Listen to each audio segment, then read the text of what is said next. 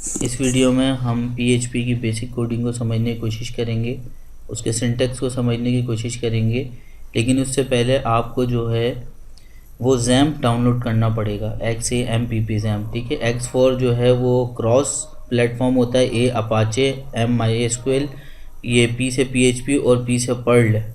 PHP एक server scripting language है, इसलिए हमें एक जो है लोकल सर्वर डाउनलोड करना पड़ेगा जिसे XAMPP कहते हैं, ठीक है। आपने यहाँ गूगल पे लिखना है XAMPP फ्री डाउनलोड, ये लिंक आ जाएगा, उस पर आपने क्लिक करना है और XAMPP जो है वो डाउनलोड कर लेना है। उसके बाद फिर आपने इंस्टॉल कर लेना है। मैंने देखें ऑलरेडी जो है XAMPP इंस्टॉल किया हुआ है, बहुत इजी इंस्टॉलेशन है। नेक्स्ट करना है और फिनिश करना है देन, ठीक है।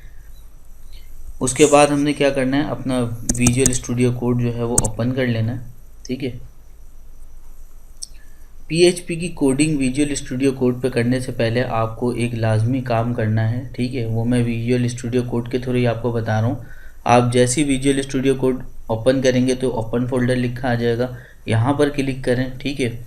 उसके बाद आपको दिस PC में जाना है और C ड्राइव के अंदर जाना है। यहाँ आपको एक फ़ोल्डर दिखेगा XAMPP, इस पर डबल क्लिक करना है और ये फ़ोल्डर आपने फाइंड करना है htdocs। उसके बाद यहाँ पर आपको न्यू फोल्डर लिखा दिखेगा, आप यहाँ पे अपना पहले एक फ़ोल्डर बना लें लर्न PHP के नाम से। मैं अभी एक फ़िलहाल एक फ़ोल्डर बना लेता हूँ, ठीक है। ये मैंने फ़ोल्डर बना लिया और सिलेक्ट फ़ोल्डर कर लेंगे। तो बाद यहाँ पर हम क्लिक करते हैं, यहाँ पे index.php, ये आपने याद रखना है, .html .css नहीं लिखना, ठीक है, क्योंकि HTML CSS की प्रैक्टिस करते हुए बच्चे जो यही लिख देते हैं। आपने लिखना है index.php, इंटर कर देना। और देखें यहाँ पर आपको अगर दिखे तो PHP लिखा भी आ गया ब्लू कलर से। तो PHP का सिंटेक्स क्या है कि आपने जो है एंगुलर ब्रैकेट स्टार्ट करना है, एक क्वेश्चन मार्क, ठीक है। और देखें स्नैपेट आपके पास आ गया, एंगुलर ब्रैकेट ओपन करना है, ये क्वेश्चन मार्क आएगा PHP। और इसका ऑफ टैग क्या होता है कि हम क्वेश्चन मार्क लगाते हैं और उसके बाद ये एंगुलर ब्रैकेट लगाते हैं। तो ये PHP का ऑन टैग हो गया, समझ लें आप, और ये PHP का ऑफ टैग हो गया। अब जितनी भी PHP करेंगे वो इसके अंदर हम करेंगे, ठीक है। तो अब PHP में क्या करना होता है, वेरिएबल्स और कांस्टेंट बनाए जाते हैं, ठीक है। तो वो डॉलर से बनाए जाते हैं। जैसे मैं यहाँ लिखता हूँ डॉलर नेम, ये मैंने कांस्टेंट बनाया इक्वल्स टू, और इसको मैंने कह दिया स्ट्रिंग। क्या होता है कि स्ट्रिंग में नंबर्स, अल्फ़ाबेट्स ABCD और सारे स्पेशल कैरेक्टर जैसे hash, percentage, cap, ampersand, asterisk जिसे स्टार भी कहते हैं, एक्सक्लेमेशन मार्क, ये सारे कुछ इसके जो है स्ट्रिंग में आ जाते हैं। तो मैं यहाँ पे जो है अली लिख देता हूँ। उसके बाद मुझे टर्मिनेट का साइन लगाना है। अब इस अली को जो है मुझे प्रिंट करवाना है, तो मैं क्या करूँगा, PHP में एको लिखना पड़ता है, ठीक है। ECHO एको आप लिखेंगे। एको लिखने के बाद आपने ये अली नहीं लिखना, आपने ये वेरिएबल का नेम डिक्लेयर करना है। जो वेरिएबल का नेम है ना, यानी कि डॉलर का साइन आपने लगाना है और नेम लिखना है, ठीक है। उसके बाद टर्मिनेट का साइन आपने लगा देना है, कंट्रोल S कर देंगे, ठीक है। और उसके बाद हम गूगल क्रोम अपना ओपन करेंगे। गूगल क्रोम पर हम क्या लिखेंगे, एड्रेस बार के अंदर लोकल होस्ट और अपने फ़ोल्डर का नाम लिखेंगे जो कि लर्न PHP है। उसके बाद हम इस फाइल को कॉल करेंगे जिसका नाम है index.php। तो आपके पास फिर रिज़ल्ट आएगा। अगर कोई एरर आता है तो वो मैं आपको शो करा दूंगा, ठीक है। यहाँ पर आपने एड्रेस बार में लिखना है लोकल होस्ट। लोकल होस्ट लिखने के बाद आपने फॉरवर्ड स्लैश लगाना है और अपने फ़ोल्डर का नाम जो है वो हमने रखा था लर्न PHP, ठीक है। इतना लिखने के बाद हम एंटर प्रेस करते हैं। अब देखें हमारा फ़ोल्डर जो है ना वो एक्सेस नहीं हो रहा। तो ये क्या फॉल्ट है, 99.9% ये बच्चे गलती करते हैं और कहते हैं सर रिज़ल्ट नहीं आ रहा। अब मसला यहाँ पर ये है कि हमने XAMPP तो स्टार्ट ही नहीं किया। तो XAMPP जब तक ऑन नहीं होगा, XAMPP के अंदर दो चीज़ें, एक अपाचे है, एक MySQL है।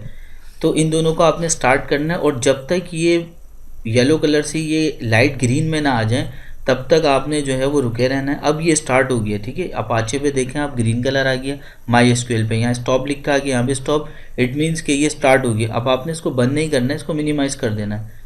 उसके बाद आपने क्या करना है, देखें आप ये मेरे पास रिजल्ट खुद ही आ गया ऑटोमेटिकली। मैं दोबारा से आपको बताता हूँ, ठीक है। एक न्यू टैब में ओपन करता हूँ, यहाँ पर मैं लिखता हूँ लोकल होस्ट, ठीक है। लर्न PHP मेरे फोल्डर का नाम है।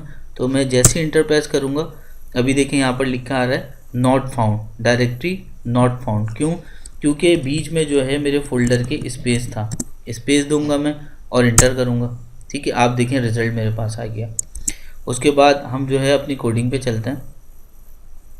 जैसे मैं एक वेरिएबल बनाता हूँ ए, हमेशा आपने डॉलर साइन से वेरिएबल बनाना है, ये PHP है, और आपने यहाँ लिख देना 10। ये इसने क्या किया, 10 जो है वो इसके अंदर स्टोर कर दिया ए के अंदर। मैं टर्मिनेट का साइन लगाता हूँ, फिर मैं डॉलर का साइन लेता हूँ, ठीक है, और मैंने बी जो है एक वेरिएबल बनाया, उसके अंदर मैंने 10 दे दिया, फिर मैंने टर्मिनेट का साइन लगा। अब मैं जो है डॉलर सम के नाम से जो है एक वेरिएबल बना रहा हूँ, और उसके अंदर मैं क्या करूँगा, उसके अंदर जो है इन दोनों वैल्यूज़ को जो है मैं वो प्लस करा दूँगा, यानी लिखूँगा डॉलर ए प्लस, ठीक है, डॉलर बी। तो मेरे पास रिज़ल्ट क्या आना चाहिए, मेरे पास 20 जो है वो रिज़ल्ट आना चाहिए। एंड में आपने ये टर्मिनेशन का साइन लाजमी लगाना है, ठीक है। अब कंट्रोल एस करता हूँ, अल्टर टैब, ठीक है, F5 करते हैं, कोई भी रिजल्ट नहीं आ रहा। हमने इनिशियलाइज तो कर दिया, डिक्लेयर नहीं किया, मतलब एको हमने नहीं लिखा, ठीक है। इसको इको भी पढ़ते हैं, एको लिखेंगे, डॉलर का साइन और ये सम, और उसके बाद टर्मिनेट का sign, control S alter tab F5, ठीक है। अब देखें यहाँ पर 10 + 10 लिखा हुआ आ गया, ठीक है। अभी देखें हमारा रिजल्ट क्यों नहीं आ रहा, हम क्या करते हैं, कोटेशन मार्क हटा के देखते हैं, ठीक है, control S alter tab F5, देखें आप ये 20 आ गया। तो छोटी छोटी गलतियाँ होती रहती हैं, उन गलतियों से ही हमने सीखना है।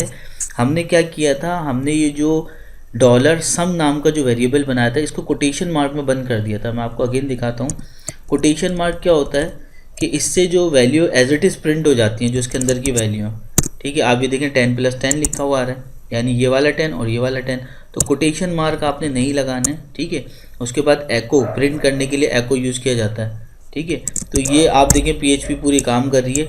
अब इसके अंदर जो है हम HTML भी यूज़ कर सकते हैं, जैसे कि मैं यहाँ पर BR का टैग लगाता हूँ, ठीक है, control S alter tab F5। तो ये देखिए, ये अब ये एक एरर आता है, पार्स एरर। ये एरर मैं आपको दिखाना चाह रहा था, और ये बता रहा है लाइन नंबर 11 के अंदर ये पार्स एरर है, ठीक है। अब इस तरीके से जो है ना वो यूज़ नहीं किया जाता है।